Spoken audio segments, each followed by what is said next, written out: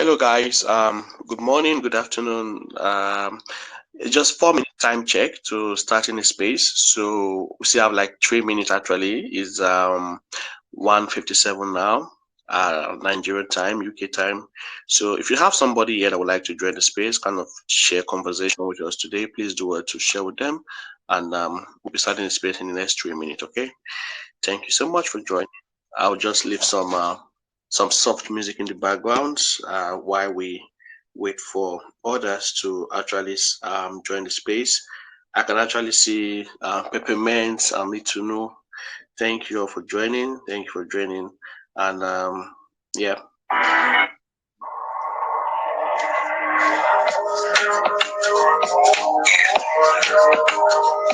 know you hear it all the time,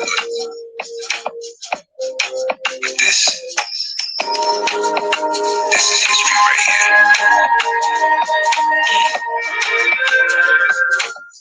Yeah. Bigger you, I pray as I become bigger me. What's the limit, my G? Infinity. Many steps to take when you're a centipede. Many feats you'll accomplish, letting the spirit lead. It's me and God's son in the track, the Trinity. Stay sharp, go for the next, the guillotine. Stay dark while the bigger picture's developing. Cause every ring has the condition that you begin. Exhale and set sail, the brave traveler. One shot, I got knots, the same caliber. Hit by two like you, what up, my nigga? This shit's above us, just like Canada. This is for the kid within listening. People who have talent, have discipline. My vision it gets bigger with time. If I ever rest shit, I give you my testimony. You know the see when I did it down. We bear Baba got my day bigger. When I got bigger, my rhymes got bigger. Baby street bita, strings they attached to rap like guitar. But we they run the streets like cheetah. My dreams got bigger, and I'm still getting bigger. Yeah. Number one, everybody ready know what it number one. Google up and yeah, kill them all my run. Number one, number one, everybody know what it number one. Google up and yeah, kill them all my run. Number one. There's no trading of the swamp. My trajectory gonna be different from the start. I'm an alligator salivating at your heart. Leave the teeth marks in your soul, a la carte. My street smarts all cold. Watch the plot unfold. Get stronger every day. Sometimes they think I'm cloned. All right, guys, get your siblings here, get your colleagues here. We're gonna be having an insightful conversation tonight. So just get everybody that need to be here at this time. We're gonna be having the next 1 minute. Just gonna wait for 1 more minute so we get so much people. So we're gonna have an interacting conversation today, talking about how to legally bring your siblings over to the UK, and trust me, it promises to be entertaining and of course very, very educating as well. So we're going to be sharing experience, and we're also going to be sharing practical tips on how migrants in the UK could actually support bringing their siblings over to the United Kingdom. So in the next 1 minute, we're going to be starting up officially. Thank you. Showing grievous some sad shit like Ryan Leeds, opinion man, and it's a trend. You know the see when I did it down. They beg Baba, bigger, they bigger. When I got bigger, programs got bigger. Money and baby, sweet and bitter. Strings they attached to ram like guitar. But we they run the streets like cheetah. My dreams got bigger, and I'm still getting bigger. Yeah. Number one, everybody ready know what it number one. Google up and yeah, kill them all my run. Number one, everybody ready know what it number one. Google up and yeah, kill them all my run. Number one.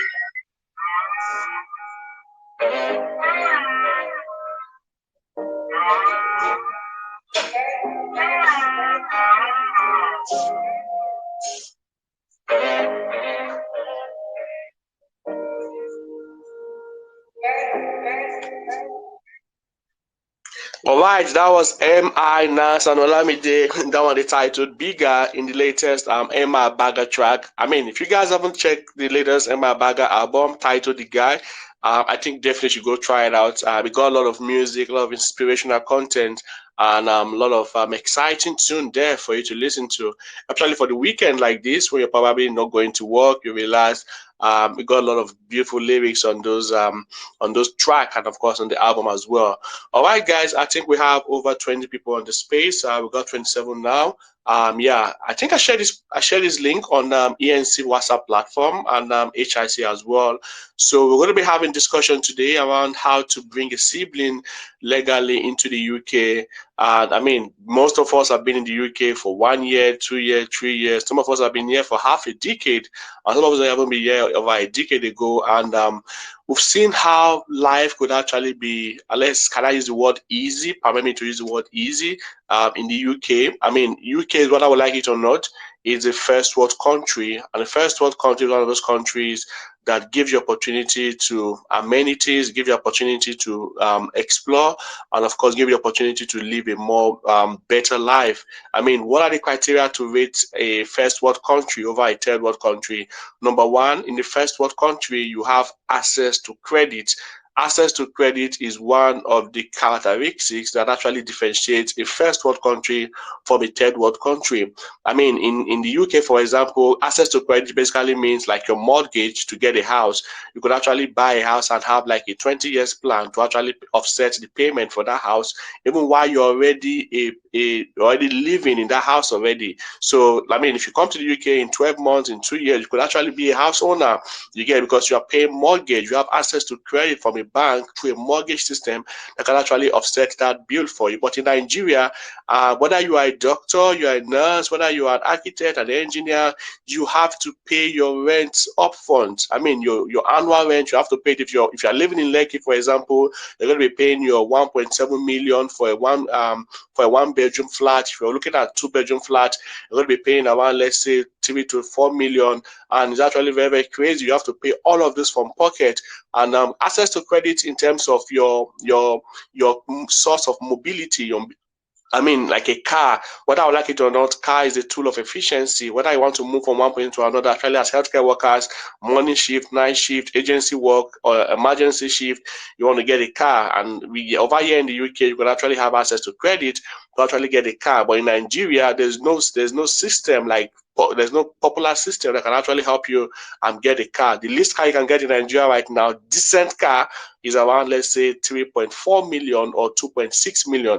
Anything less than that, you trust me, you and your mechanic are going to be close WhatsApp friends, because the car is going to be breaking down almost every time. So you don't want to have that type of car that you be in the traffic and you have to start having palpitation, because you know that your car will most likely break during the traffic situation. So access to credit to own a house, credit to buy a car, credit to go for your school as well. Yeah, in the UK, you could actually get credit from whether your employer, or you could actually get credit from a mortgage system where you could actually pay for school fees. I mean, as an international student, the average school fees to pay if you want to study a course like, let's say, computer science in the UK is around 15 to 20,000 pounds. Okay, 15 to 20,000 pounds. But for you as a resident in the UK with your BRP, you're actually going to be paying half of that. You can't beat that. So access to credit is one of the things that we actually enjoy here in the UK that we do not have access to credit in Nigeria.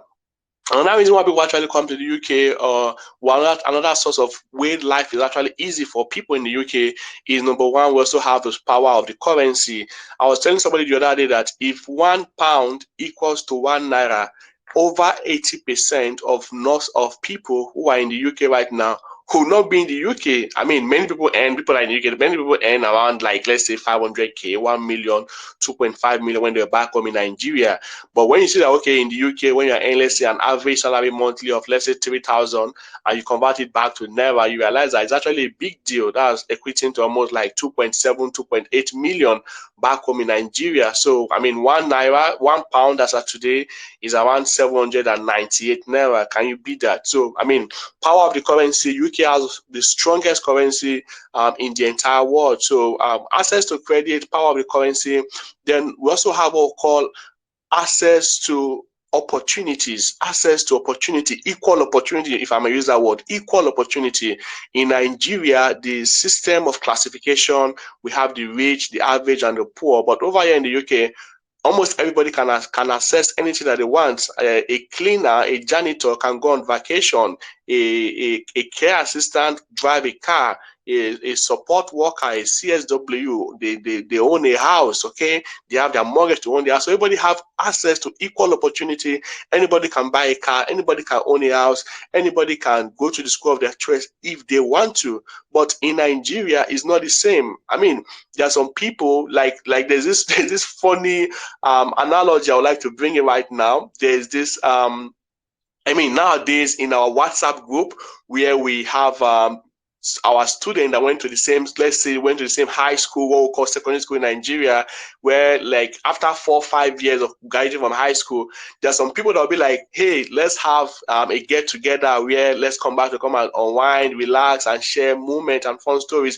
The people that mostly ask for those get together are those that are buying Range Rover, are those that are not driving good exotic cars, because they want to be like, oh, let's come together and let's see how life has been fed to us. You'll be so sad to see that over 80% of people that graduated from that high school, they've not even been able to make a headway in their life. Many of them are still probably struggling to gain admission into colleges and universities and polytechnics across Nigeria. So there is no equal opportunity. I mean, in the UK here, if you graduate from high school, it is your choice whether to go to college or not.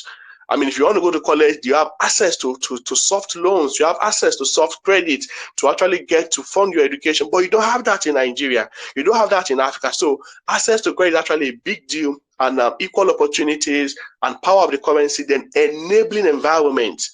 Enabling environment, another key representation of first world countries over third world countries. What's an enabling environment?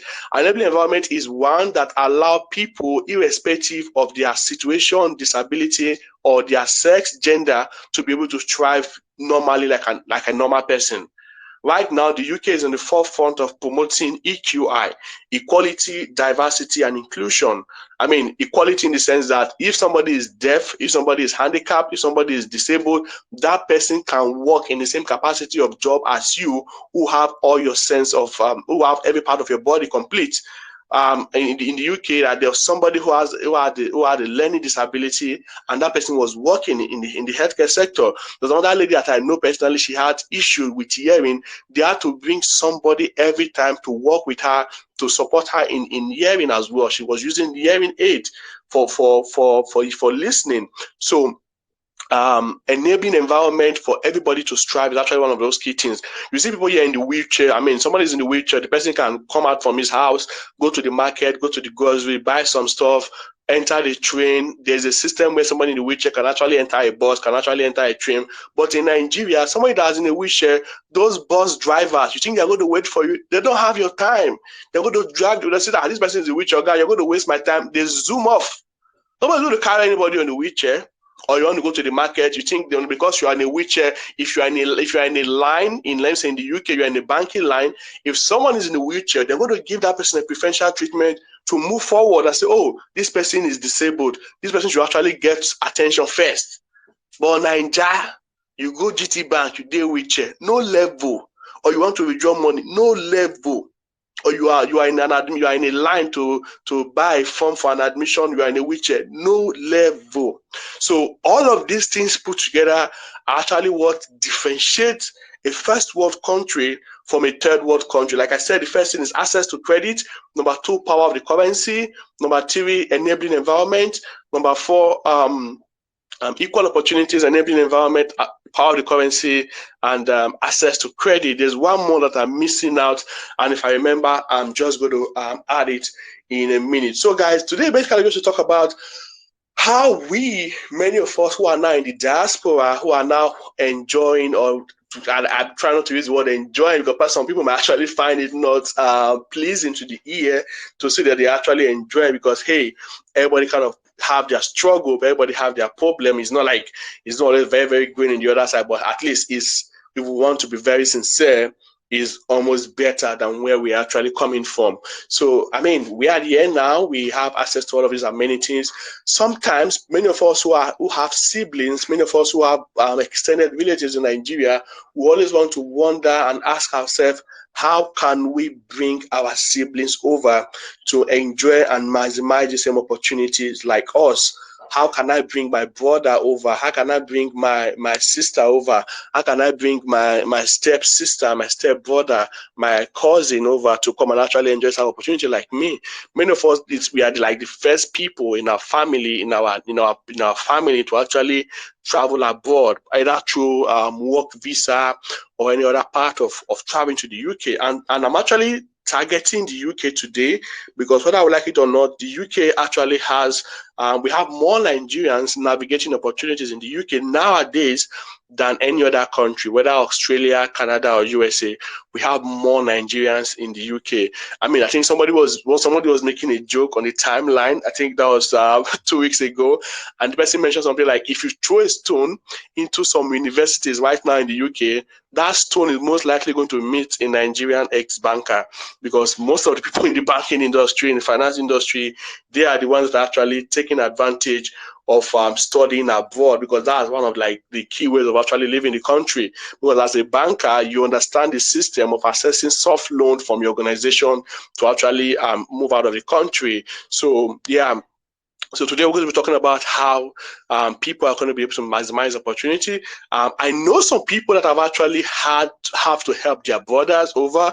I've sent an invitation to some of them, and if there's anybody here on the space, you have a sibling that you probably you've started a process to help the person over, please just click on the microphone button, and it's going to turn to a yellow, it's going to turn to a green sign. It means that your request has been sent, and automatically you're going to be added as a speaker.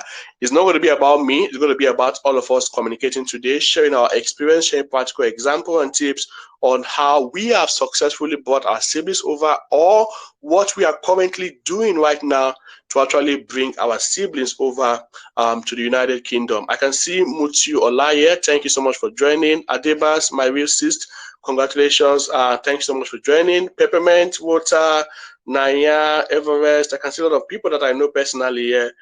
Thank you so much for joining. Hope you guys are able to contribute as well as the space continue. I can also see Dr. Efunaya. Thank you so much for joining. Bridget, thank you everybody here. So like I said, just a quick housekeeping here. This might be the first time some of us are using Twitter Space.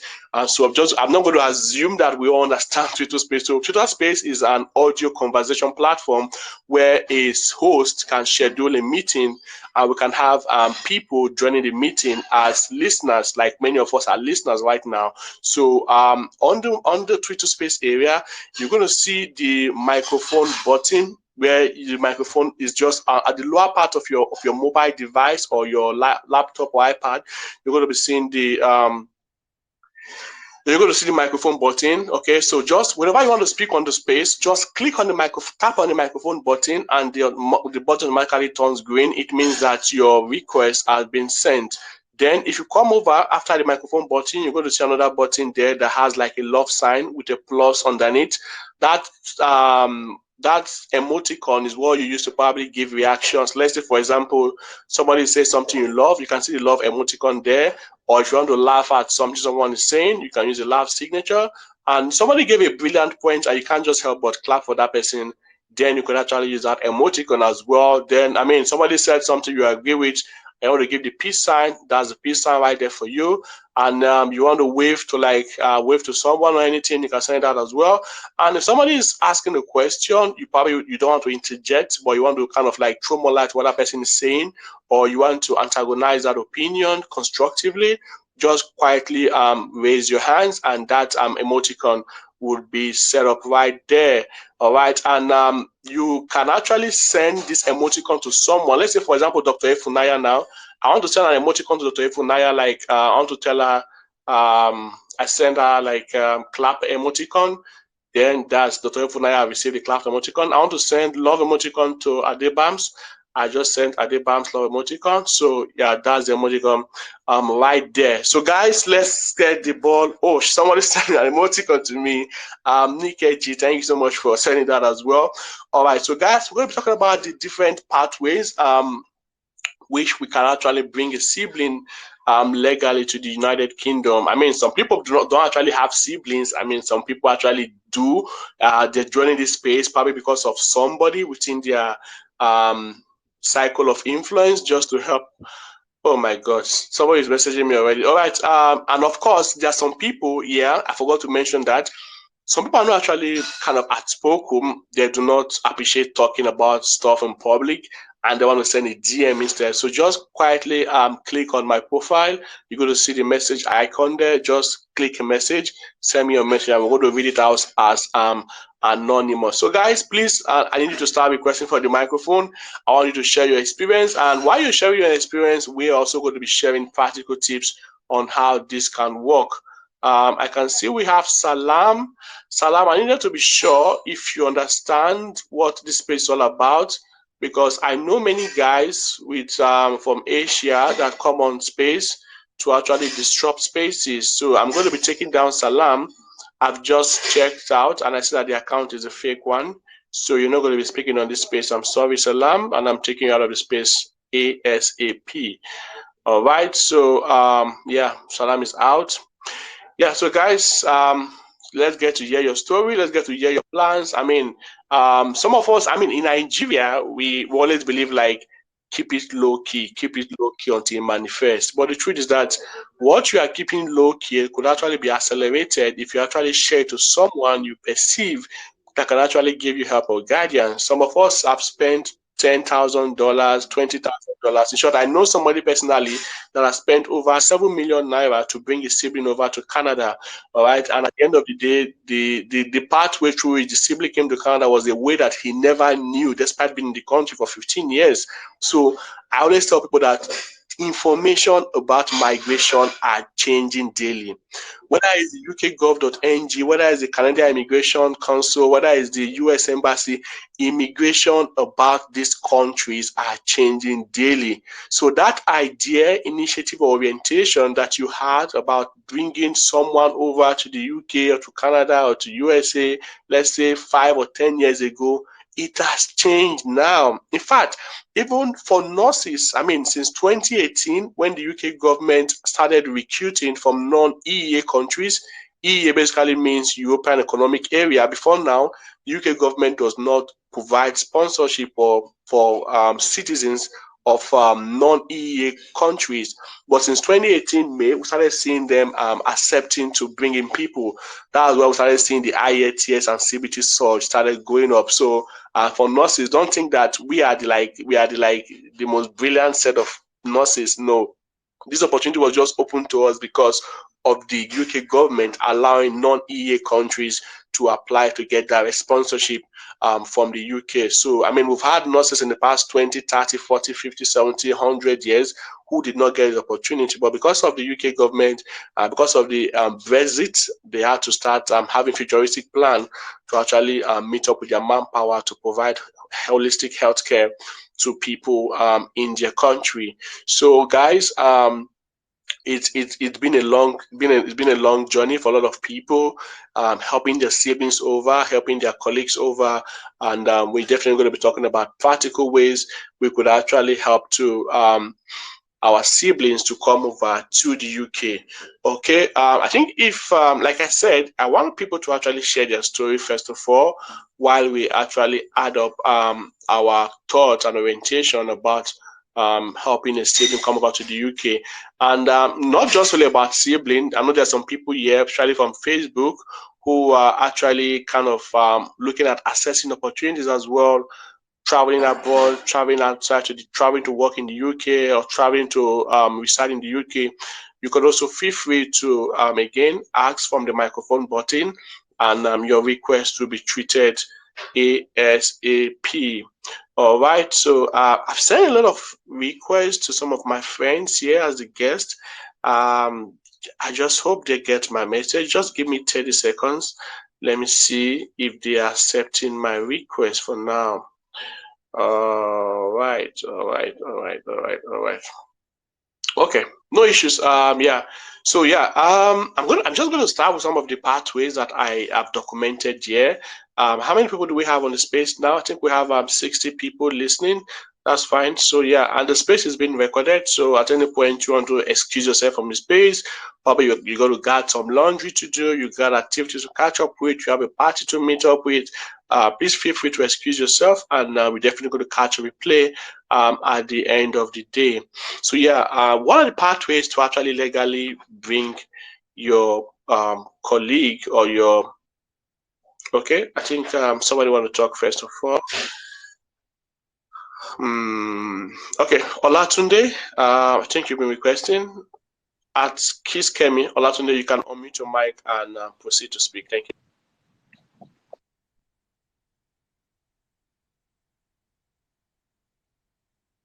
Olatunde, please unmute your mic and proceed to speak. Thank you.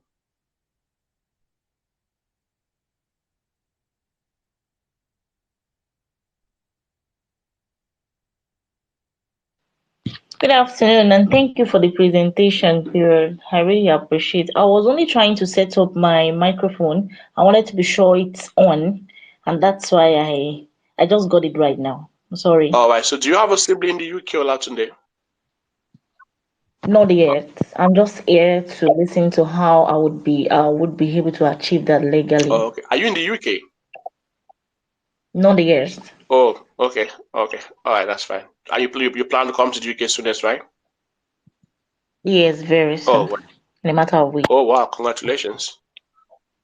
Thank you so Okay, much. all right, yeah, so that's fine.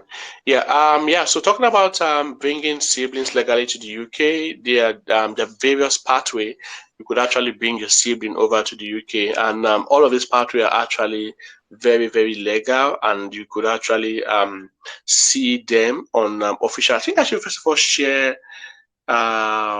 There's an article on gov.uk. I was just scrolling through it this morning while preparing for this presentation. I don't think I have the link. Anyway, I'm going to share the link and post it on my Jumbotron. I need to check my profile. Just a minute.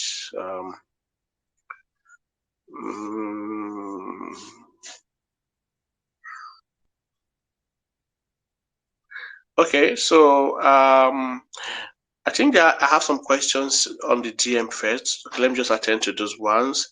So this person is saying, I have a 12 years old sibling who I would love to take with me to the UK. Okay, so how does that work? I mean, a 12 years old sibling that you like to take to the UK, it means that that person is a minor and that person cannot be responsible for his or her action. So if you can prove to the UK government that that 12 years old sibling does not have a mom, either a foster mom or a mom by birth, you can prove to the UK government that that your sibling does not have a dad or a foster parent, and that you are solely responsible for the welfare of that 12 years old sibling, then you can legally carry the 12 years old sibling along with you to the UK. Just about apply. So when it's time for you to apply for your visa, you just got to include the name of your siblings in the visa application. On that way, they're going to ask you for what's the name they use again? Do you have any dependent? Yeah. When they ask you, do you have any dependents? You just basically put in the name of that your sibling. Then they're going to give you an expanded place to put how this person is related to you. If you put is your mom, they're going to give you a space to put more information. If your brother, if your sister or your dad, they're going to give you more place to explain that to you. And to have a direct consultation with somebody who has vast experience in visa application for that, you could also send me a DM. Yeah, just send me on that DM. I'm going to send you my WhatsApp number, and I'm going to give you one of my friend. He's very, very good when it comes to visa application. Let me just see if I can even share. Let me see if I can share his profile on the Jumbotron, and you guys can send him a DM. Just a minute. Let me just get him. Let me just share his profile on the Jumbotron so that you can see him. Okay, yeah, so this is my friend and my colleague who can help you process that visa. I just shared it here. Okay, so yeah, so you can check on the Jumbotron now. So the Jumbotron is just like a school message that you can attach to a space. I don't think it has been sent. Should be sent by now. Okay, yeah. So yeah, that's it. The Jumbotron. So it's actually the merchant nurse, So just go on his page, send him a DM about visa application for your sibling. Just tell him from Princewill, and he will definitely tell you how you could go about that without any hassle. All right. So that's how you can go about that. So if you have to, number one, you have to prove that you are responsible over that 12 years old sibling, that the 12 year old sibling does not have a mom, does not have a dad that is capable of taking care of him or her, and that you have an history, you have a record to show that probably, okay, you've been paying his school fees, or probably you've been providing his accommodation or shelter in the past, let's say 2 to 5 years. If you can show those correctly, trust me, the visa application team will definitely be a positive one in your favor. Okay, so that's that about the previous sibling. So any more information we'll be getting there from there. Okay, yeah. So yeah, one of the most, popular pathway through which you could actually get a sibling over to the UK. Jackpot is trending.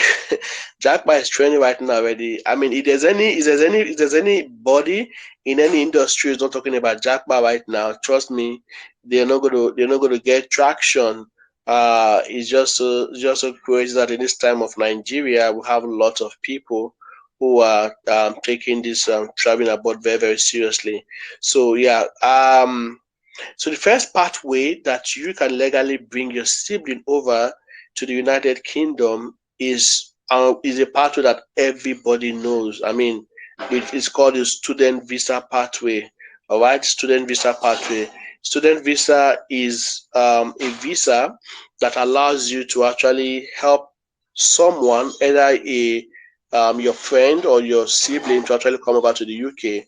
So basically, what's a student visa? A student visa is a visa that somebody gets to actually come and study in the UK. So you can study for a bachelor degree. So if that person is in, let's say the person is in high school in Nigeria, the person has his white certificate, or the person has graduated with his SSC, that person can actually come to the UK with a student visa.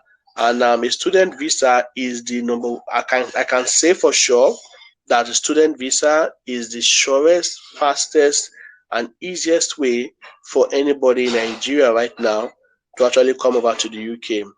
The pathway is so sure that even the British High Commission to Nigeria has released a data 2 months ago to show that 96% of Nigerians who apply for study visa in the UK actually get their visa. You can't beat that 96%. So it means that the rejection rate of study visa is very, very low. If you are rejected for study visa, it means that there's something that you must have done that is very, very grievous that would have made them to actually deny you a study visa. So study visa is one way you could actually bring your sibling over. So, and you don't need to actually break your back. You don't need to actually break your bank account for you to bring a sibling over to the UK with a study visa. So basically, how can you? Let's talk about step-by-step pathway on how you could actually bring your sibling over with a study visa. So this is how it goes. So let's say, for example, you want to bring your brother to the UK. What you just need to do is, number one, for the study visa pathway, that person had to go and check. Very important, very important. Please listen to this part very, very importantly, because people right now are just taking admission to come to the UK to come and study different courses, animal and environmental biology, engagement science, and everything. There are a lot of mistakes people actually make. So if you are choosing a course for study visa for any of your family relative, either your sibling, your sister, or your brother, whatever course that person is taking must be a course that is in SOJ. Okay, SOJ basically means shortage of job list by the UK government. Okay, so if that person choose a course that is on shortage of job list by the UK government, the chances of that person securing employment after graduation will be very, very high. Because another thing is that most time people just come over to the UK to come and study as an opportunity to leave Nigeria. But guess what? When they come here, they study a course that there's no opportunity for them to get employment, or they are not employable. They become frustrated. I can tell you for sure, without missing words, that there are lots of Nigerians in the UK that have taken more than 2 master's degree. I'm not kidding you. In an attempt for them to stay back in the UK because they don't want to go back to Nigeria. I mean, they've officially dissociated themselves that, oh, I'm never coming back to Nigeria. I've jacked back for real. When they finish their 1 year or 18 months masters, and they realize that the job that they took is not a job that can actually the course that they study is one that cannot give them a job. Many of them, in an attempt to stay back in the UK, they enrolled for another masters again.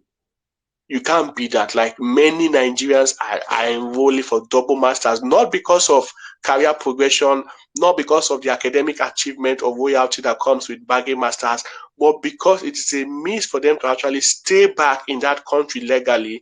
They go back and do another masters to actually stay back, to buy more time for them to actually get a job. So guys, before you actually choose any course for your sibling in the UK, ensure that that course or that industry or that particular course is on the shortage of job list. Currently, the top three industries for employability in the UK right now is: number one, health and social care. Health and social care. Number two, information technology, that's IT. And number three, building and construction. These are the top three areas where people are getting jobs right now in the UK. Okay, so if you are looking at, let's say you have a brother that want to come to the UK to come and study. So if you're looking at health and social care, we're looking at courses around, let's say, radiology. Let's say the person is coming to study a course in nursing. Person is coming to study a course in pharmacy. Person is coming to study a course in community healthcare. Somebody coming to study a master's in public health. Coming to study a bachelor degree in, let's say, um, health or data analyst, like general. So you want to study, let's say, computer science, computer engineering. This is not healthcare now. So healthcare, you can do those ones. And for IT, we're looking at courses in computer engineering, computer science. I think there's a list. Okay, yeah. So let's say for IT, for example, the top in demand jobs, skills right now in the UK. Number one is web and software development, product management, data engineering or data science, information security and cyber security, product design, UI, UX, cloud computing, blockchain programming, the Internet of Things and artificial intelligence. So if your sibling is coming to the UK and they are coming to study a course in tech or IT related, the course must capture any of these. So, like, for example, now computer science, computer engineering, these are hot cakes right now. In short, I can tell you for sure that, for example, UK government, most schools in the UK open their admission for January and September every year.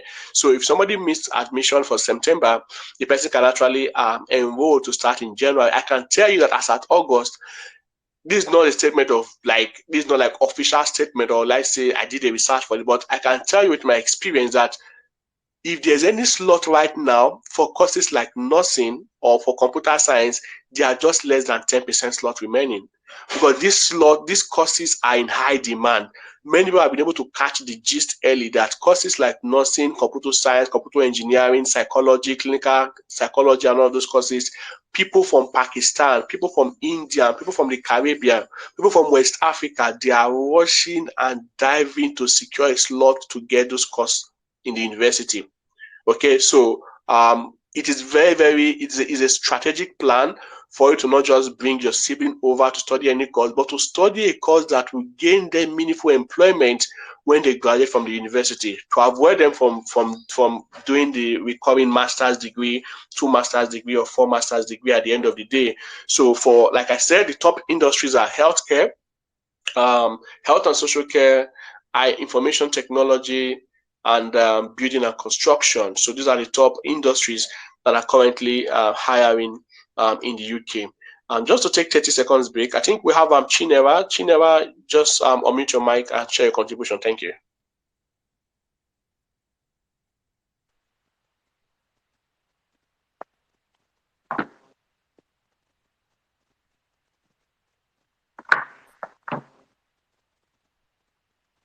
Chinera, we can't hear you, please. Can you unmute your mic and speak, please?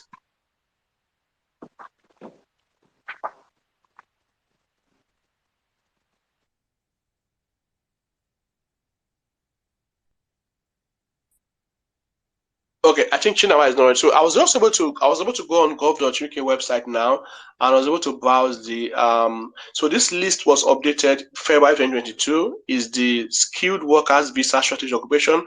I think it will even be fine if I can share it on the I can share it on the Jumbotron. Yeah, I'm just going to share it on the Jumbotron.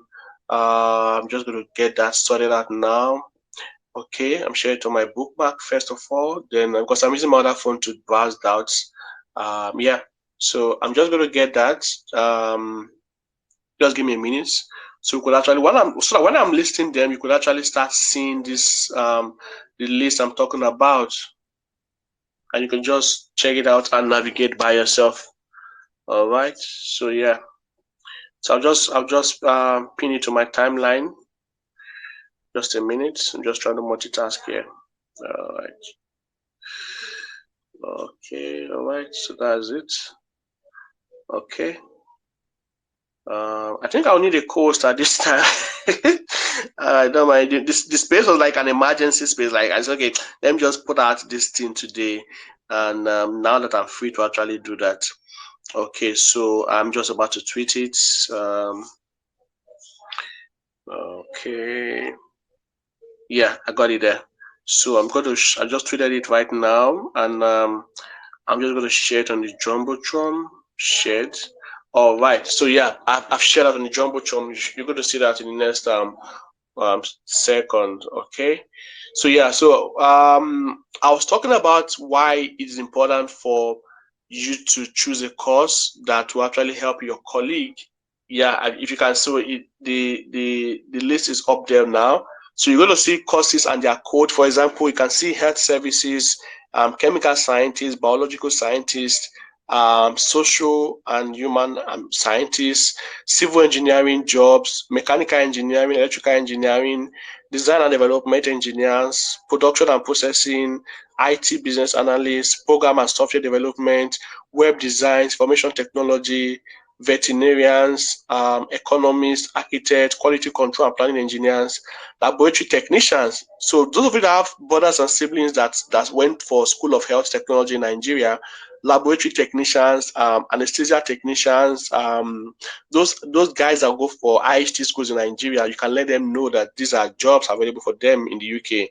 Dancers and choreographers. Yeah, many people don't also know as well. That's like my number two I'm going to be talking about. Okay, so musicians, graphic designers, welders, those people that weld with sulfur, senior care workers, and the rest of it. So yeah, I just shared it. So guys, you can actually check on the list. Click on the link that I sent. Gov.uk/shortage of job list on the Jumbotron, and you could actually see the list there. So yeah, I was just saying that it is very, very important to avoid depression. See, guys, there are a lot of people that are in the study visa route that are actually very, very depressed. People are depressed for three reasons. Number one, many people come to the UK with the study visa route, and they come here paying, let me say, 25%, 30% of their school fees, and they say, okay, when I get to the UK, I'm going to pay the remaining one because I can actually work. I mean, that's like a very, very big risk. We understand that people take that risk because there's no option available for them, right? But you also learn, you must also not just take risk, but you should be able to learn how to manage risk. So people come here and be like, okay, let's say your school fees is £15,000, and you're able to raise, let's say £4,000, because according to the UK government, just in case you didn't know, if your sibling, for example, got an admission, okay, let me make it systematic now, step-by-step process. So number one, choice of course to study. Choice of course to study, like I said, the person should study courses that are in high demand using the shortage of job list. So once you're able to select a course, let's say the person wants to come and study, let's say computer engineering, or let's say pharmacy technology, or person wants to study, let me say computer science. All right. Now the person has selected the course. Number two, the person wants to come and check out what are the institutions in that country that offer these courses. All right. There are list of cheap universities in the UK that people could actually check out. They are very, very cheap universities in the UK. So I have a list of some of the top cheap universities here. We have universities of Leicester, Stafford University, Birmingham University, University of Middlesex, University of Birmingham, University of Manchester, and so on. So I think I would screenshot that. I think I should screenshot that also and post on the Jumbotron so we can have that conversation. So let me just get that information. Some of the cheap universities in the UK. I'll just repost that on the Jumbotron. Just give me 30 seconds to do that. I want us to follow this systematically so that we don't miss any part of it. I don't just want to say it. I want you to be seeing the information, and you can actually copy it, apply it, and start making a workable plan for yourself. Because at the end of the day, I don't just want to come to a space and talk, but there's no opportunity for you to take an actionable step. So yeah, so these are the list of universities. I am going to be retweeting them.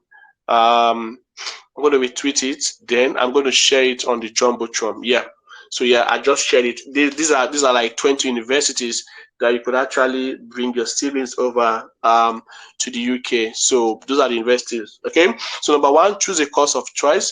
Number two, choose a university that is affordable. Another mistake people make about choosing universities that many people now start asking, this university, is it grade A, grade B, or grade C? Is it among the best university? The truth is that every university in the UK that has been licensed to have a faculty, to have a department, meets the standard to actually operate. Okay, they meet the standard of operation. So it's not like Nigeria where you now start saying, if I go to this private university, if I go to this university, is a certificate real, is a certificate genuine? No.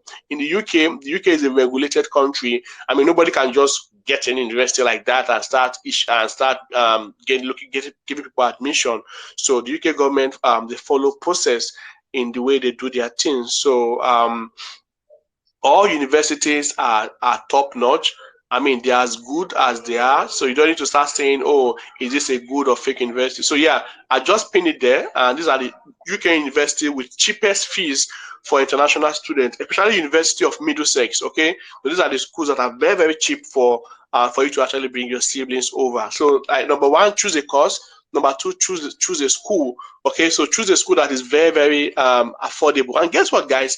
The average school fees for most of the courses in the UK average is from 10 to 15,000 pounds. 10 to 15,000 pounds. And guess what, guys? You don't need to pay the entire school fees before that person can actually come to the UK. According to the UK government speculated that any international student that can pay 35%, guys, listen very well. Any international student that can pay 35% of the school fees, okay, should be given CAS. Okay, should be given CAS. What's CAS? CAS means certificate of application to study. All right. Is this certificate of application? Just to be sure, just a minute, right? Let me get the full meaning again. CAS letter UK. Yeah.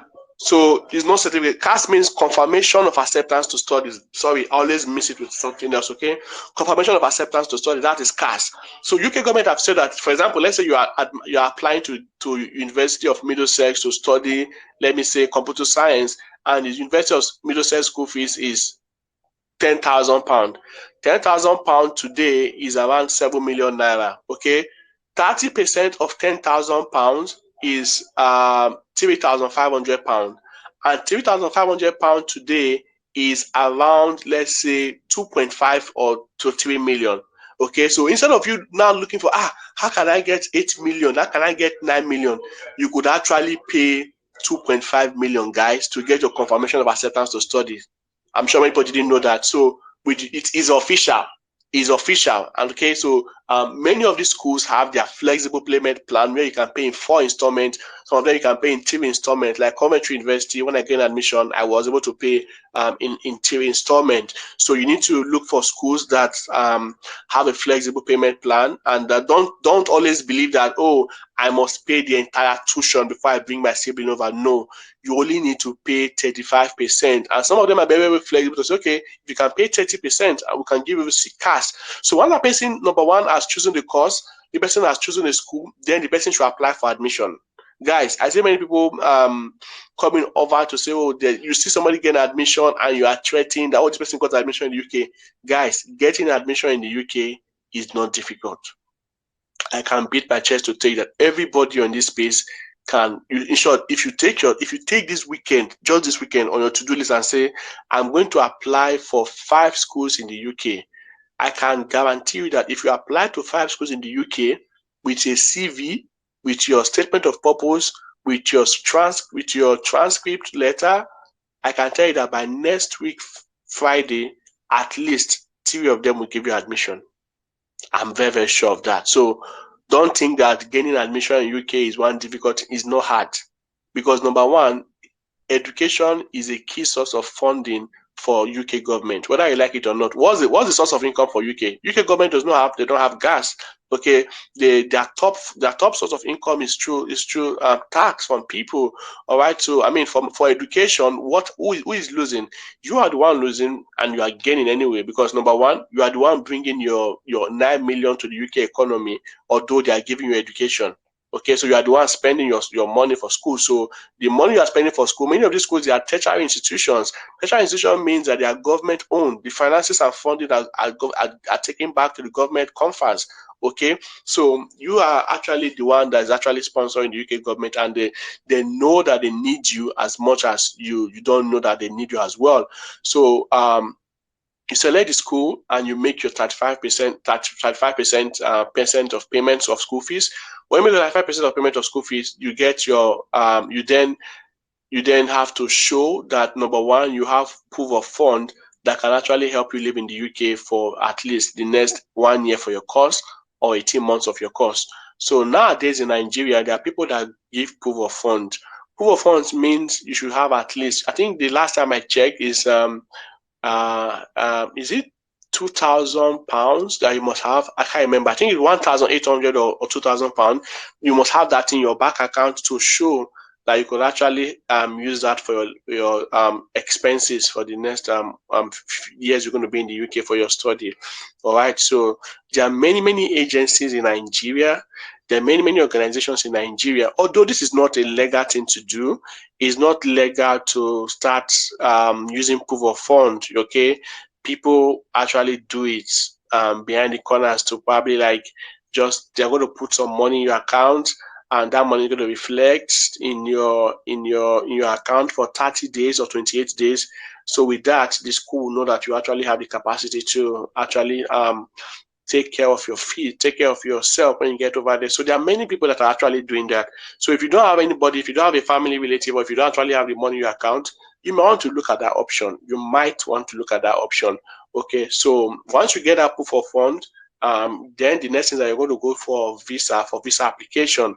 So you're going to pay for visa application fee. I think it's around £235. That's like, let's say 150k. You're going to pay for visa application. When you pay for visa application, they're going to ask you for your medical history, submit your TB result and everything at what they call it, IOM, International Organization of Migration.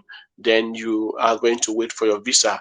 And one thing many of us also should need to know is that there's what we call, like, for example, if you want to study in the UK this January or this September, and then September has passed. So in future, let's say you're getting a delayed deadline to actually resume school. The UK has what they call priority and super priority visa. I'm sure many of us know this already. So priority visa means generally, if you apply for a student visa, your decision time is around 3 to 4 weeks. That's the standard decision time for student visa. It's around 3 to 4 weeks, right? So, but with your priority visa application means you are paying extra. Let's say you are paying extra £70 to get a quicker decision on your visa application. So it usually takes around 1 week. So instead of you to wait for 4 weeks to know about if you are granted a visa or not, with the priority visa, you get a decision in 7 days. Can you beat that, guys?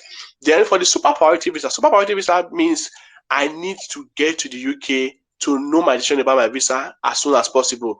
Super priority visa means that in 24 to 48 hours, your decision about your visa will be provided.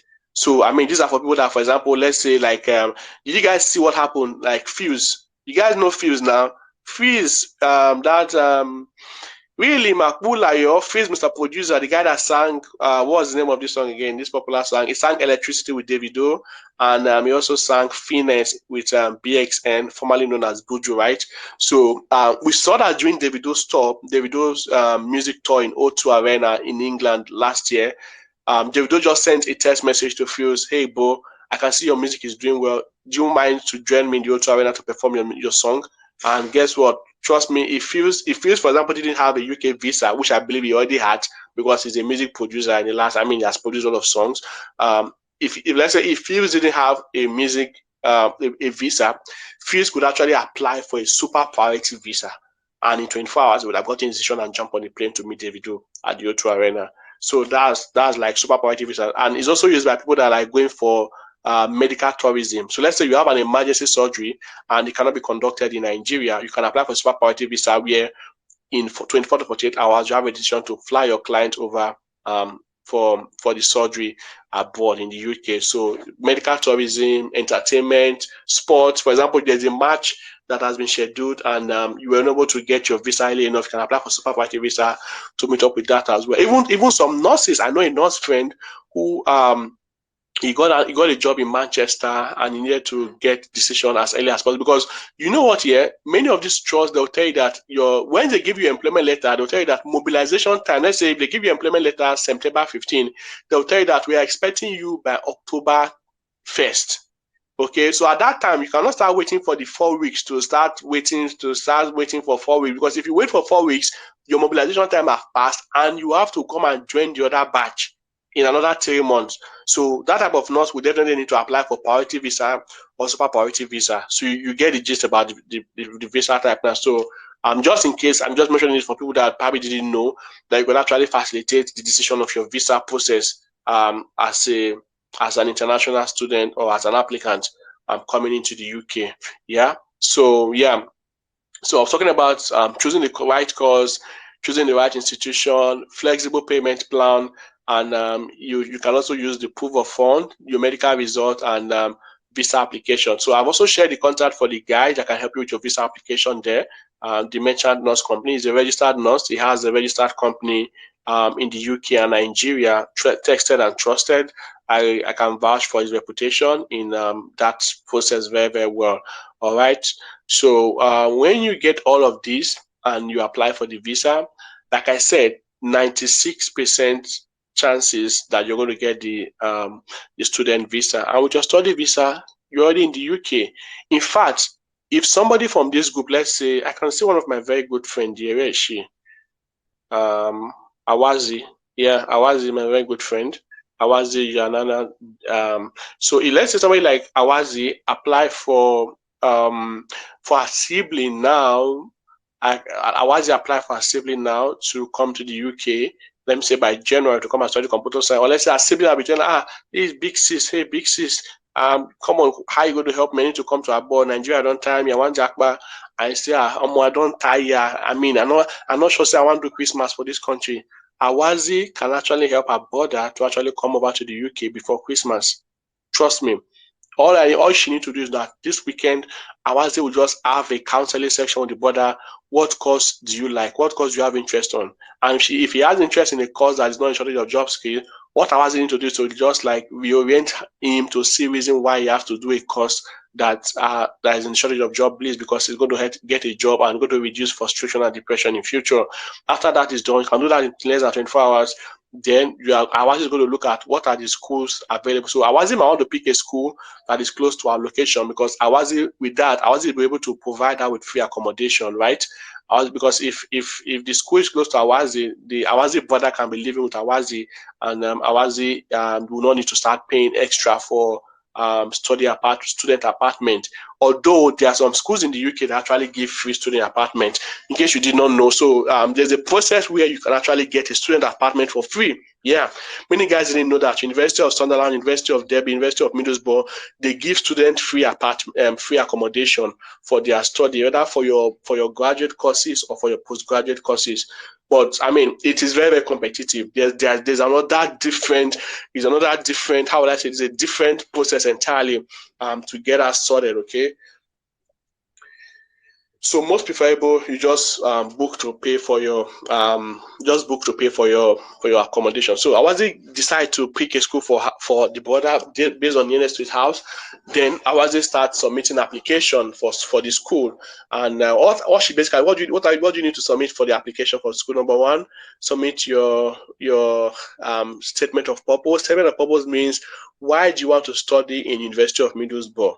Then why do you want to study computer engineering? For example, I want to study in University of Middlesbrough because University of Middlesbrough has a track record of excellence and have a great faculty member that can actually administer the training for me. And in the last 5 years, I recognize that University of Middlesbrough have won the Platinum Award in the area, in the faculty of engineering. And I'm looking forward to be associated with such university that has a track record of excellence in providing top-notch education for international students. Also, University of Middlesbrough is my preferred choice because the university is the home to my favorite football club, Middlesbrough of England, which I've been a fan of the football team since I was a teenager in my home country, which will give me the opportunity to create leisure time to balance my academic work with social activities. I don't write statement of purpose like that. You get, so you've written it like that. So for CV, I mean, for me, I have a small company. This is not actually, trust me, I'm not advertising, but I'm just letting to let you know, because I actually have a small company that help with writing CV, statement of purpose, and personal statement. So if you want to write a CV, just send me a DM. It's not free. We charge a token for the investment of our time and energy to produce a decent work for you, right? So we help to write CV as well. Whether you're a nurse, doctor, or you're coming as a student, we can write your CV, we can write your personal statement, we can write your statement of purpose for you as well. So cover letter, we can also get it sorted out for you. And let me just share our small company handle so that probably you could just send us a DM and somebody will be there to attend to you. So it's actually Empower Nurses, yeah, at Empower Nurses Consults. Let me just see. Yeah, just share it on the Jumbotron, our link there. So you could actually check us out and send us a DM for that. So I was talking about the requirements you need to apply for school. Number one, you need to get your supporting statement. Very important. That's the most important document. Why do you want to study University of Middlesbrough? And why do you want to study this course? You need to just talk about that. And if you need help, I can coach you on that. Then go to submit your CV. Your CV means, let us see, do you have the necessary requirement to actually study in the university? I mean, what are your skills? What are your educational background? What are your career interests? Okay, so those are the elements you want to see on your CV. And of course, you also need your CV because is a document needed for the documentation needed by the admission team as well. All right, so your CV, personal statement of purpose, your cover letter, application letter, sorry, that's your SOP. Then you actually need your international passport. Very, very important. Without your international passport, you cannot get that. Then you also need IATS here. But the truth about it is that, guys, about the IATS here, I'm not trying to just pull out figures out there. I can tell you that over 40% of schools in England accept SSC waiver for IATS. Okay, I mean, I know more schools who accept SSC waiver for IATS than schools that insist on IATS. I don't know of any school that will just like, you must know. Many of those schools, if you can provide that you went for SSC, University of Middlesbrough, University of Sunderland, University of Derby, they actually can waive your IELTS if you have your SSC. If you have at least 6 in your SSC in English, you could actually apply for those schools. So guys, don't start thinking that here will I see 83,000 to write IELTS British Council or 79,000 to write IELTS Emoji or stuff. So IATS, international passport, is also very, very important for you to get that started and sorted as well. All right, then yeah, so those are the applications, those are the documents that you need to apply for the admission. So when you apply for the admission, you're going to have, and they're going to tell you that, okay, in the next, let's say 48 working hours to 5 days, you're going to get a decision. So when you get a decision on the admission, they're going to tell you that, okay, sometimes they may tell you that, okay, this document you submit is not complete. Please, can you send another document? Or they may ask you, the most difficult thing that you need from experience in helping people with this admission is letter of referee. Okay, letter of referees and transcript. Letter of referee and transcript. About the transcript here, Many of these schools, they are so flexible that if you tell them that Nigeria is on strike, Nigeria also is on strike, and you can let them understand that you have a copy of your results that you actually graduated from this school, many of them will take you. Trust me. I mean, you don't even need to have your school certificate. With that, your what is this? What they call it? It's just escaping my head right now. You know, when you finish from university, there's this certificate that notification of result, yeah, NOR. All right, with your notification of result, yeah, as a BSc graduate, they can actually give you admission even if you don't submit your transcript. Trust me, many of them will give you admission with your notification of result. Okay, so with your NOR, will give you notification of results, and that's why. So then for your academic referees, that's why it's good to build strategic connection while we're in school. So for your academic referees, at least you should be able to look for one of the lecturers that is familiar with you that can just put in something together, which is email, not his personal email, which is school email. Let's say you attended Lautech, so and his name is Babajide at Lautech at Niger or something. So we can send you something with that. That's all. So these are the requirements that you actually need for the admission and the total estimate. So what are you going to be paying for this admission? For number one, you're going to be paying for, let me say, you're going to pay for 35% of the tuition, like you get. You're going to pay for 35% of the tuition. 35% of tuition, like I said, is less than is around 2.5 to 3 million. It's just because of the poor naira rate right now. That's why it's even getting as much as that, 2.5 to 3 million, and you can actually get that started. Then you're going to pay for medical tests at IOM. Okay, medical tests at IOM. You're going to be budgeting around for student visa for UK. I think it's around 61,000. Okay, then you're also going to be paying for proof of funds. Okay, you're going to be paying for your proof of funds. That's if you don't have 1.8 million or you don't have 2 million in your account. There are some people that actually advertise for proof of fund. If you want to reach out to them, you can just send me a DM and I can send to you. Kada, you want to speak? At Abon Hastin, do you want to speak? Your mic is on. Hello, Kadat. Okay, I think some people are just trying to test their microphone and they just send speaker request by mistake. So that's fine. I mean, sometimes it might be the first time a user is using the platform and just trying to navigate around it. So it's totally fine. Yeah. So I was talking about expenses you need to pay. So I mentioned your school fees. So guys, don't be scared. You need to pay the entire. When you just see the school fees amount 20,000, say, no, next page. This one 17,000. No, next page. 18,000. Oh, next page. No. If you look at the 18,000, calm down, take a deep breath, read through the lines. You're going to see that you could actually pay in installment. Okay, 35% installment. Then when you get there, they will tell you that after 3 months you need to pay another 20%. After 3 months, you need to pay another 20%. Then after your final exam, you need to pay the concluding 15%. You get. So it's not that hard. So you, like, let's say for example Awazi, who is a nurse in the UK. I mean, she can definitely help her brother to get her sorted out. I mean, Awazi, and she they work and she they do agency shift. She can definitely support her brother together. So guys, education route is the number one way that you could actually help your sibling to legally migrate to the UK. Okay, so before we go to number two, I wanted this space for last for 1 hour because I need to be out of here by 3. So we are 4 minutes late. I just hope I'm able to complete others. But for now, I'll just take questions. So we have Chris Ebuka Ono. All right, Chris Ebuka Ono. Can you please do it to unmute your mic and ask question? Prince Ebuka Ono, the mic is yours.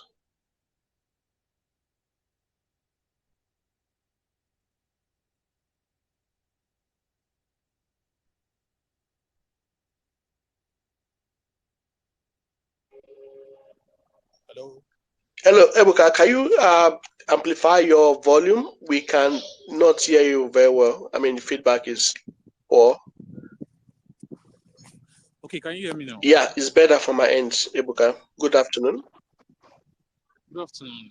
Okay, please. I actually didn't join on time. Is there a way I can get the recorded version of the Congo. Yeah, very well, Chris. So if you can check up there's a recording sign beeping red, and show that the space is being recorded. So once the space has ended, you can get the recording and you can listen to it all over, and you can share it as well. Okay, thank you You're very welcome. much. So we have Rio. I think Rio, please kindly unmute your mic. We can see you have a request to speak. Yeah, good afternoon. Yeah, good afternoon, Rio. Yeah, I actually didn't join on time as well, but I think I heard you saying the proof of funds around 2 to 3 million naira, and I'm not so sure about that. So I'm just trying to make my findings because I'm trying to bring my siblings to the UK. So and the proof of funds I did while coming to the UK about 2 years ago was around 16 million naira for I and my wife. So I'm just a bit confused if it's actually meant to be 2 3 million naira proof of funds, or these agents of the thing are just like trying to, I don't know. So I'm just trying to verify that, please. Okay, yeah. So just give me a minute. Yeah, you are very correct. You're very correct. It's not actually 2 million. I was mistaking that for another process in Canada. Okay, sorry. Just a minute. Let me check. Just a minute. Proof of funds. You are very correct. Just a minute. Proof of funds. UK admission. UK visa. All right. So I'm going on the gov.uk website to get the proof of funds. The amount you need Okay. will depend on your course fee, your boarding fee. Trying to get the exact details from the government website now. Okay, don't worry. I'm going to share it on my Twitter space. I'm going to share it on my timeline when I get it. But you're correct. So that's 16,000. I'm sure, like you said, because of just for two people. But for now, I'm very sure proof of funds. Proof of funds is not that much. It should be more. It should be more than, if it is too much for the UK student. Let's say you're studying a course like computer science, it should not be more than 4 to 5 million. Yeah, 4 to 5 million, and should be held in your account for 28 days. So let me just see. Just give me 1 minute. Financial requirement for student level. Yeah, that's it. I mean, 3 to 4 million at the end of the day. 3 to 4 million. Then most of these agencies, they'll tell you that you need to pay 3.5 interest on the proof of fund. Okay, there's somebody I know that's actually taking 3.5%, though some people take 5%, 4%, and the rest. So just if you don't mind, we can just come on my DM later, and I will get the exact amount for you. Like I said, there's no exact amount. The amount varies depending on, number one, the course you are studying, whether it's a postgraduate or normal graduate course. So it varies. Okay, so it varies on many factors. So I'm going to get the exact amount, like the average amount. Then I'm definitely going to let you know. Thank you. So we also have. All right, Yeah, thank you're you. welcome. We have Chris. Okay, Chris has spoken. So the next person is Kadat. Kdad at Abon Hudson. Abon Hudson, you want to speak at this time? Are you happy to talk now?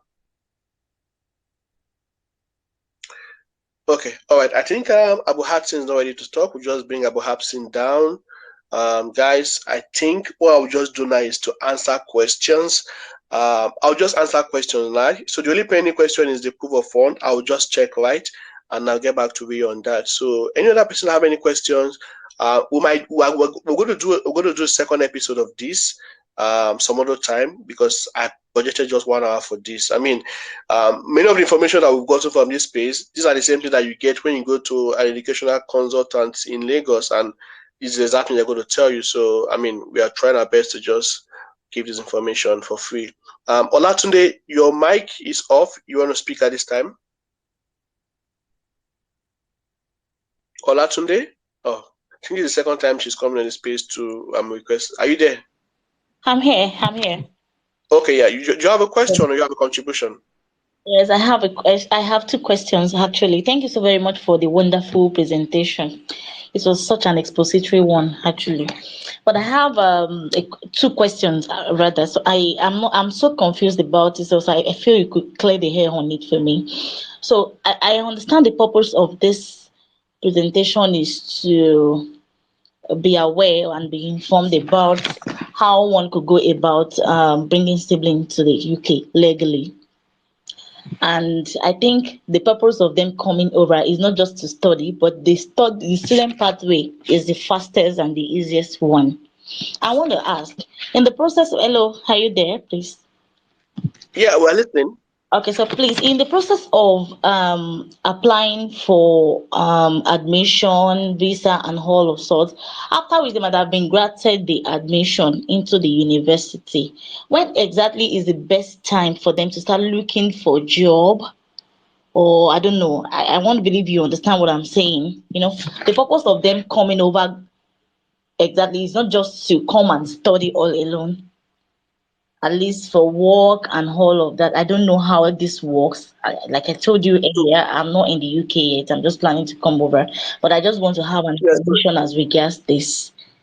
That's number one. So talking about job, I mean, if you join the space very early, we'll talk about why they should choose the course that they should study in the Yes, UK, I right? joined earlier And and I yeah, got that. I got that straight away. I just wanted to be sure of when is the best time for them to start looking for job, after which they might have been admitted in the university. Do you understand what I'm saying?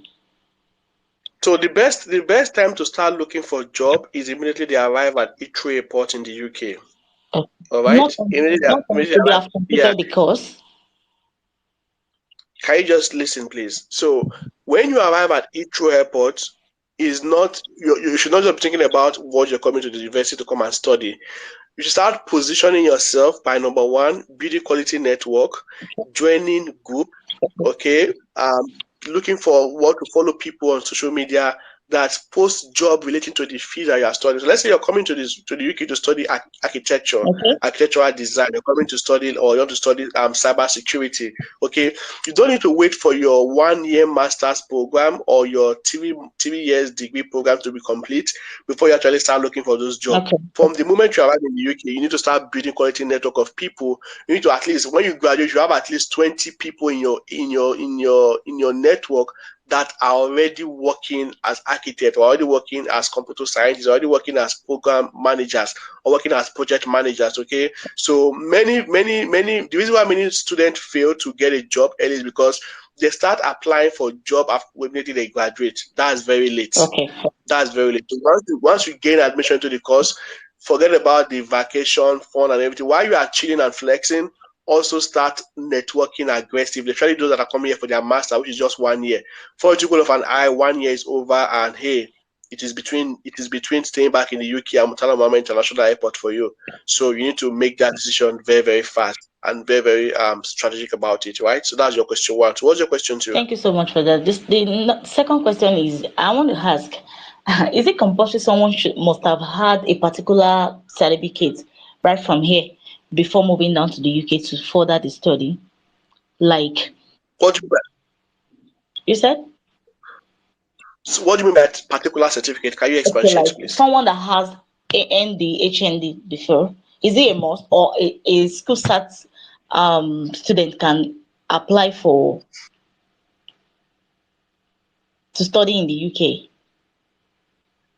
With your school start, I mean, you can get a graduate a school opportunity in the UK. With your school start, it means that you can apply to get a course for your BSc. All right. So Okay. if you have an HND, you can apply for your masters. Gone are the days where people believe that HND cannot apply for masters. In the UK right now, whether you have first class, second class, upper or lower, you can apply to get admission in the US, in Canada, in the UK. Okay. So HND, what more, the mistake most Nigerians make is that they underrate the value of their HND because they do not have a perception about what that HND means. Okay. HND is an higher national diploma, is equal to graduating from a college here in the UK. Okay. So many people make mistake of having HND and coming to the UK to apply for BSc courses because they believe you have to go from HND to BSc for masters.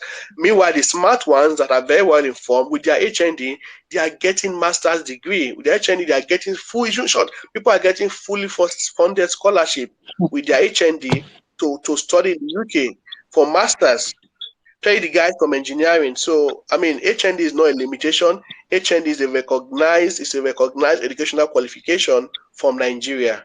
All right. So HND can be used to get admission into the UK for masters. Is that okay? Thank you so much. Yeah, it's fine. You're welcome. And of course, if there's any more clarification, my DM is open. I'll be very, very happy to speak more with you. Is that okay? It's fine. It's okay. Thank you so much. Yeah, you're welcome. There we have Nos Omos Baba. So Nos Omos Baba, please kindly unmute your mic. I will be happy to take your question.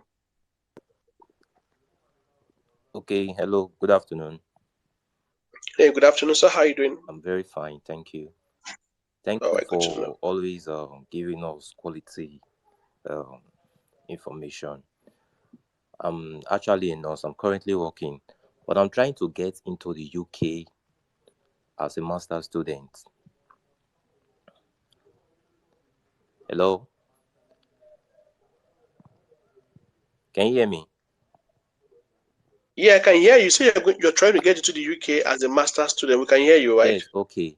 And I can actually afford 40% of the school fees. But my question here is, can I work to complete the other payments? I mean the balance. Is it 100% assurance that if I work, I can complete the other payments? Okay, just to ask you, Omos Baba, as a nurse, why have you insisted to go through the master's pathway rather than coming through the work pathway? Okay, I just feel this is the easiest road, so let me just come as a master student, and if I get this master's degree, then I could actually get job on time. You understand? Okay, so I think you have trust me, you have a fantastic idea. But as a human capital development career coach and consultant, I can tell you that student visa is for those people that do not have, like, they didn't study professional courses like nursing, medicine, radiology, technology, computer science. Those are people that go through student visa. But with your qualification as a nurse, you already have what that person that comes to student visa already have.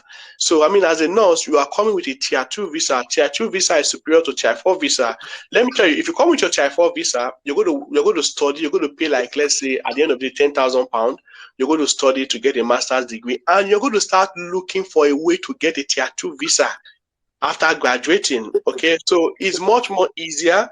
Life is much more fairer to you when you come with your tier 2 visa. And your tier 2 visa is like the how will I say it, is what everybody is praying for. So I personally would advise that you prioritize tier 2 visa, because with your tier 2 visa, man, as a nurse working in the UK, you can sponsor your education for any master's degree in 1 year. So let's say many of the people here that are in the UK working as tier 2 visa, people like Awazi and many other of my friends that are here, they're working with their tier 2 visa. You can actually, if you say you want to study masters in information technology, public health, data science, any master's degree, you can go for it. So please, that assumption that study visa is easier for nurses is not actually true. Okay, that's not a correct assumption. So the easier way is to get a work visa. Okay, because at the end of the day, you want to study. Do you want to study and come back to Nigeria? Is it a sponsored study? No. Yeah, okay. So you want to study and also want to navigate opportunities in the UK, right? Exactly.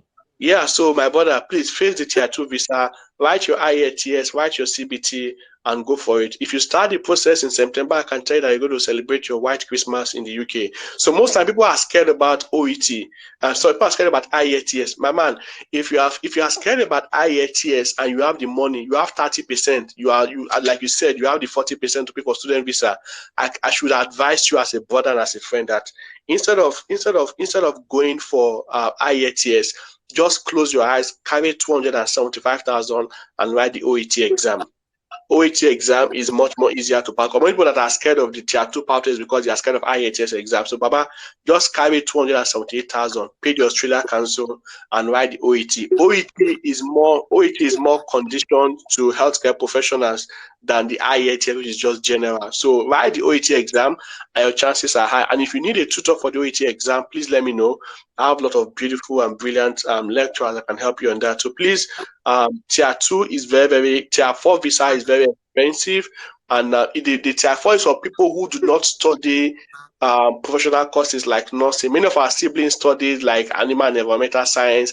Many of them study things like agriculture. You know the way Nigeria is now, agricultural microbiology and urban development planning and town planning all together. We are going to work. So people that study those type of courses are those that we are encouraging to take a student visa to do a master's and navigate their course to the UK. Is that all right? Okay. Thank you very much. Yeah. So I'm rooting for you. I'm wishing you well, and I hope you celebrate your white Christmas in the UK. All right. Thank you very much. Yeah. My DM is open. I mean, I have a step-by-step guide. If you want to come to the UK, step-by-step guide that can help you, and you can achieve that in 3 months. So just send me a DM. I'll be happy to talk to you on WhatsApp as well. Is that okay? Okay, thank you very much. All right, you're welcome. Yeah, so we have Ogbonna Modestus. I'm sorry if I murdered that. Sorry. You can unmute your mic, Ogbonna. Time is going. We've spent 21 extra minutes. So Ogbonna, please unmute your mic and speak if you have a question. Okay, I don't think Ogbonna has a question. He's just probably trying to test his microphone as well, like other speakers. Okay, so we have Chris Ebuka again. So guys, I think I can just stay till another 8 minutes. Ogbonna, are you there now? You're raising your hand, you're not speaking. Okay, so Chris Ebu, can you proceed to speak if you want to speak at this time? Okay.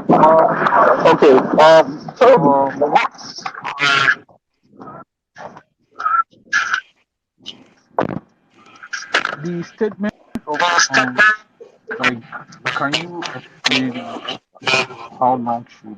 Sorry, excuse me, please.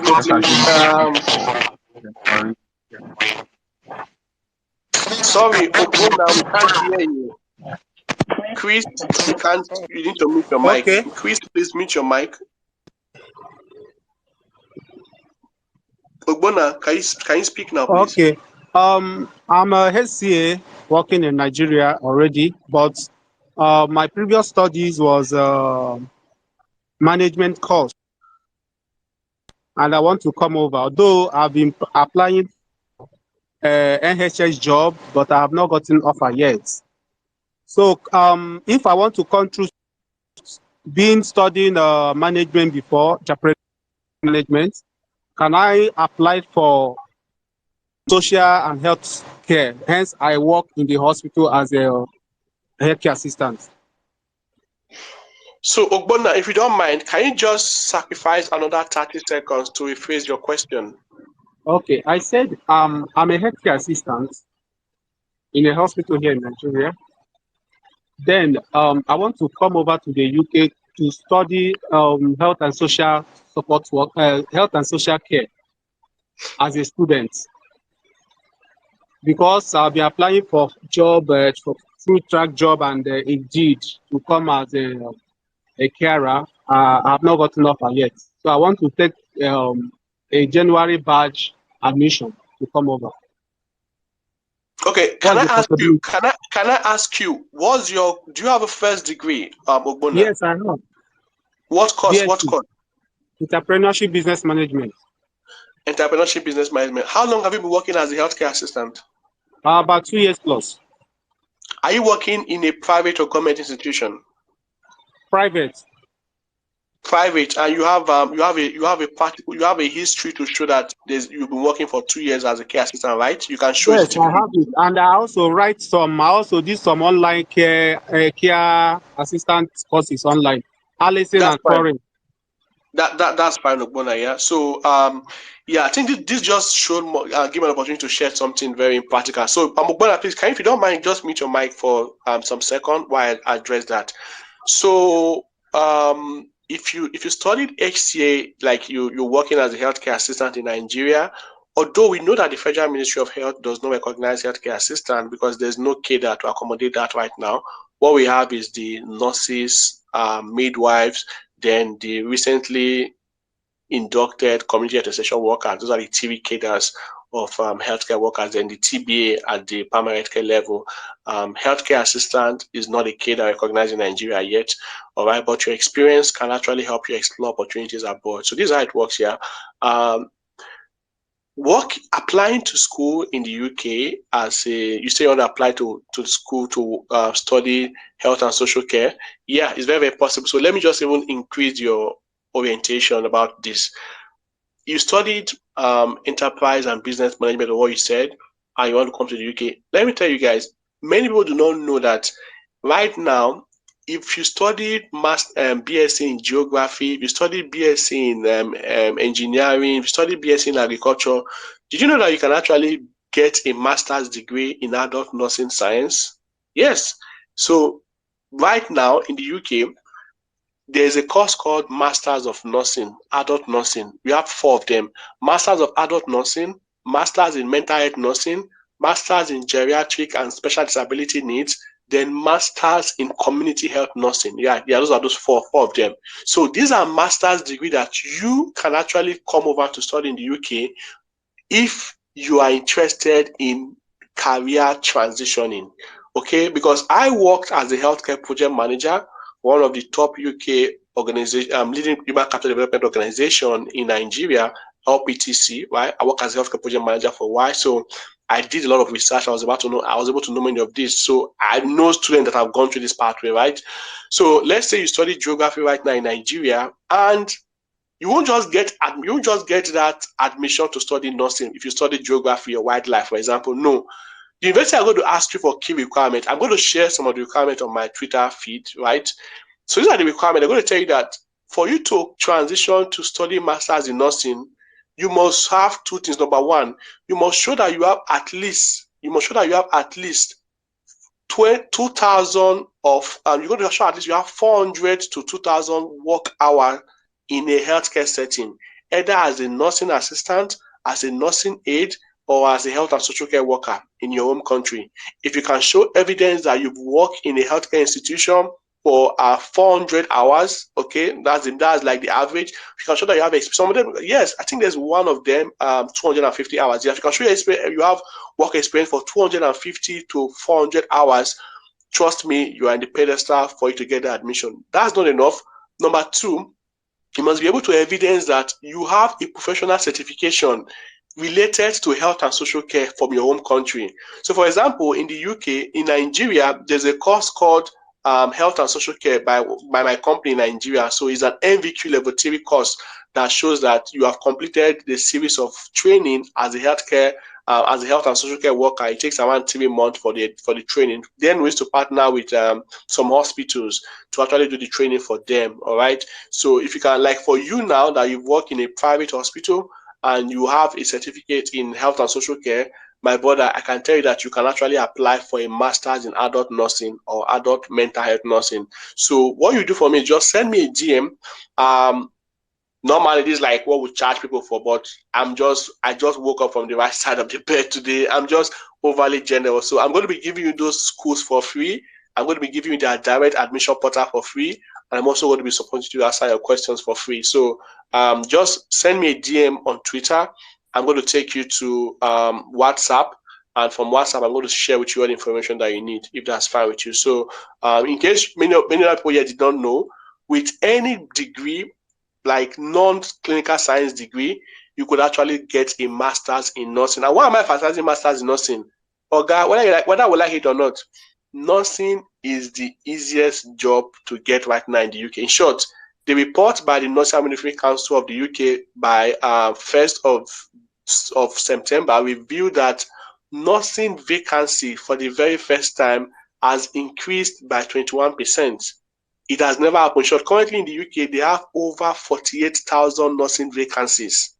It has never gotten this high. So nursing is in short, UK government are now investing and giving people in high school to get grants to come and study nursing because they are looking for every way possible to fill this shortage, and it looks like their plans are not working. So coming to the UK to have a master's in adult nursing is another way for you to gain meaningful employment and change the course of your career history. So my brother, send me a DM and we'll get talking if that's all right, if you don't mind. Okay. We have Dio. We have Dio Adeola Bankole. Adeola Bankole, please kindly unmute your mic, ask your question. I'll be running out of the space in the next 5 minutes. Dio Adeola, please unmute your mic and ask your question. Thank you very much indeed for this opportunity. I guess my question is, apart from the work hours, what other requirements does one require to actually bridge that gap? And are there courses, BSc courses, that are exempt for you to migrate into nursing? Thank you. So what are the requirements? So like that, for example, I meet Diola today, and I'm a career coach. I want to advise Diola on how to transition from working as an engineer to becoming a nurse.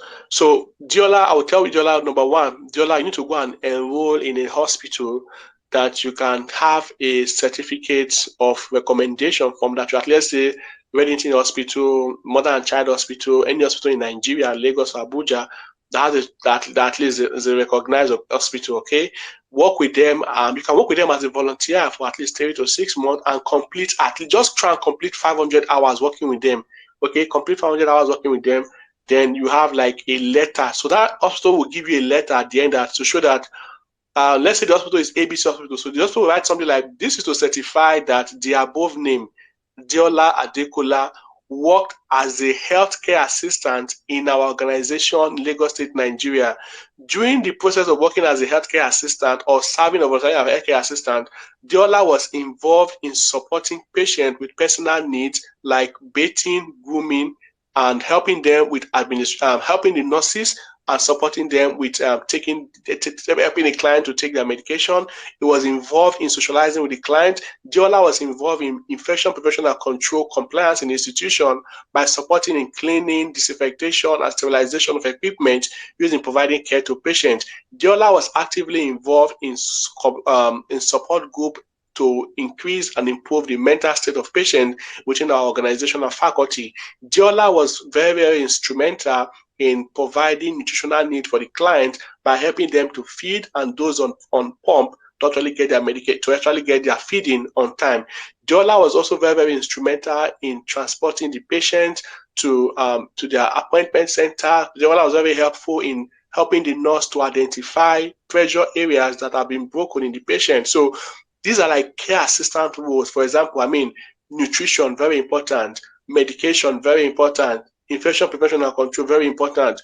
Moving and handling. Diola was able to use a patient moving hoist. Diola was able to involve in moving and handling. Okay, so these are like the information that must be contained. If you want me to give you a sample, because I've written as a project manager, I work as a media manager, I was able to write many of these recommendations for many of our students back then, yeah. So I can actually grant something like that for you for free as well. But I can only write a template, but I cannot give you a hospital letterhead. I can only write a Microsoft Word like, okay, it should contain this and this and this. Give it to the matron, give it to the head nurse, give it to the head of department, and I'm going to incorporate that on your letterhead if that's fine. Okay, so number one, you need that letter of recommendation to show that you actually did this. Okay, that you've been there and done that.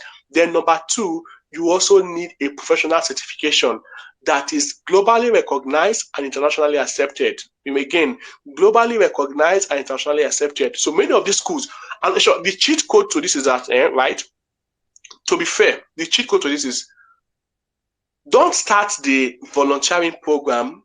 Don't start the volunteering program, or don't start the healthcare assistant program by where you start working when you don't know the school you're applying to. Go and look for the school you are going to apply to and check what is the school requirement. Some of the school will tell you that we only accept certification related to health and social care from HighFeed, from TQ UK, from NHS England, Health Education England. These are certification we take. Then we only accept 450 work hours from private or tertiary institution. So the school you're applying to, we actually guide you to know exactly the requirement you want. So the best and most practical step is number one, sit down, Diola, and say, I want to get masters in adult nursing. Reach out to me. I'm going to give you some of the schools. For example, one of them is University of Plymouth. At least I can sit down for free. Those ones are like the top notch in the game. University of Plymouth, England. So go to University of Plymouth page and check adult masters in adult health nursing. And you're going to see that University of Plymouth have a requirement. Ask them, what are the requirements for non-clinical people from non-clinical sciences? I'm going to tell you that, okay, number one, you must show that you have 600 work hours. Number two, you must have a certificate in health and social care, community, and for example, people that study CHU, community and essential workers in Nigeria, people that study community and essential workers, they don't need to provide any certificate because what they have already been encapsulated in that requirement. What they just need is work experience. I mean, only have work experience already. So a CHU from Nigeria. So if you have CHUs as friend, CHUs means community and essential workers. These guys can actually apply for masters in nursing. I'm sure many of them don't know that. Okay, so again, Diola, number one, know the school you're applying for first. Use their requirement to guide your action plan.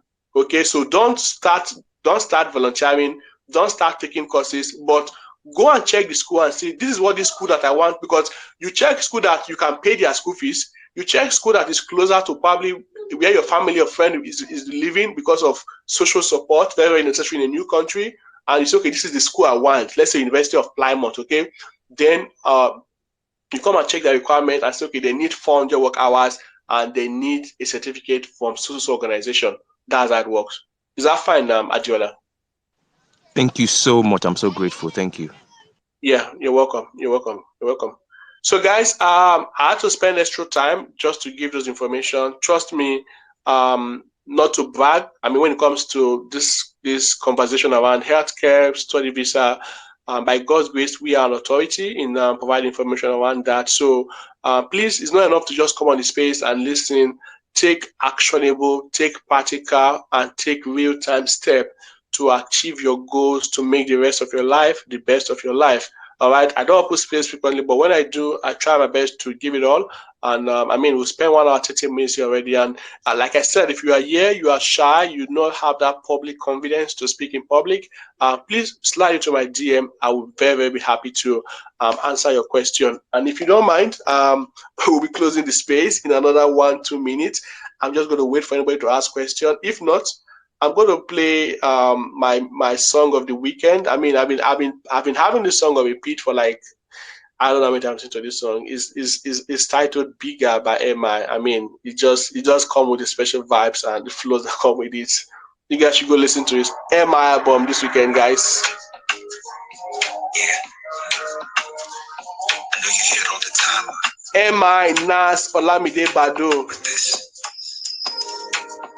is history right here.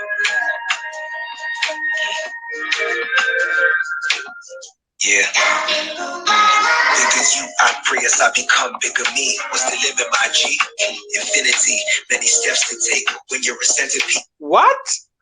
Man, I love the line. Many steps you take when you're centipede, many feats you achieve when the spirit leads. All right, guys, I was just teasing. Hello. Yeah, I just love that. All right, I think we have Annie. Annie, you want to unmute your mic and ask your question? This will be the last question I'm going to be taking from Annie, right? So, Annie, please unmute your mic and speak. Thank you. Okay. Good morning, good afternoon, good evening, everybody. I appreciate your efforts so far, what you're doing for us, giving us the information that we actually need. My own is I'm interested in the adult nursing that you talked about. I have a BSc and Masters in Anatomy. Can I get Masters in adult nursing with anatomy certificate? That's my question, sir. Thank you. Definitely, you can. I mean, you're already from the sciences already. Anatomy. I mean, anatomy is very, very instrumental for doctors, nurses. Everybody needs anatomy. So, your experience is good. What you just need is number one, go and get experience that you work as a healthcare assistant or as a nurse aide or support worker in the hospital. Back that with your anatomy degree, and you're going to get the admission. Okay. Again, go and look for schools that you can afford. Schools that is close to a city where you have a family member or support, and just apply. You can get it 100%, 100%, 100%, 100%. Okay. You don't need to. Yeah. Oh, we have Okay, thank Kamak. you. Yeah, we have the legendary Karl Marx. Karl Marx has just reincarnated, and Karl Marx is on our stage this afternoon. Legendary Karl Marx, the father of management. Karl Marx, good afternoon. You can unmute your mic, Karl Marx. Hello, afternoon. Thank you for bringing me up, host. Hello, Carl. Yeah, you're welcome, Carl. How are you doing over there? Okay, I think Carl has gone, right? His network is not connecting. So I'm just here for another 2 minutes. If not, I'll just keep you guys entertained with this MI song. Then we'll just end the space, right? Yeah. I know you hear all the time. But this is history right here.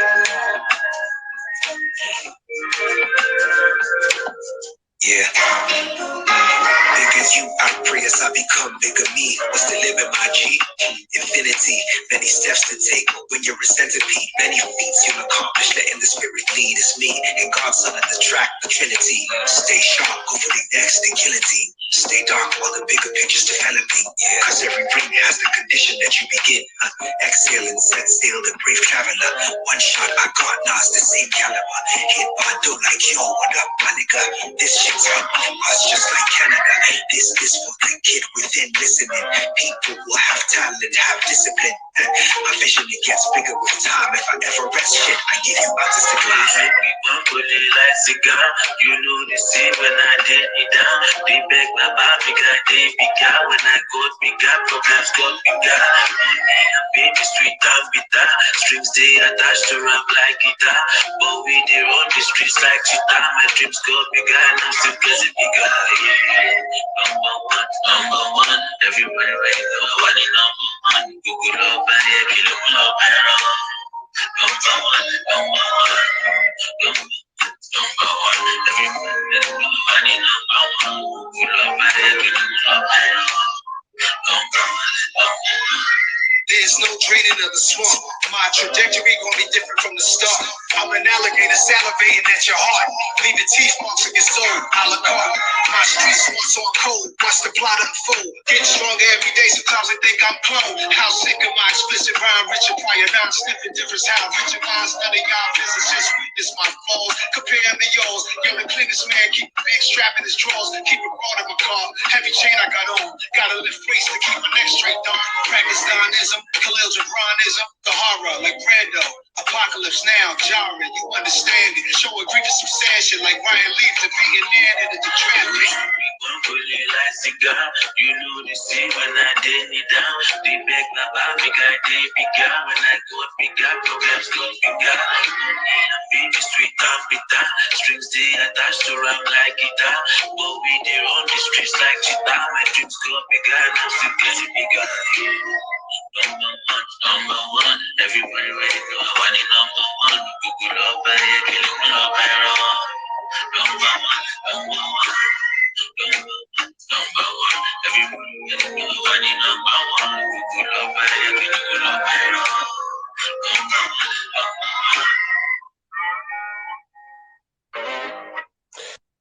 Yeah, Emma Baga shit right there with Nas and Olamide Bado. I'm sure you guys enjoyed it. We started with that song. I wanted to end with the song as well. So guys, thank you so much for joining on the space. I'm going to be saving the recording and I'm also going to be transferring it to my YouTube channel.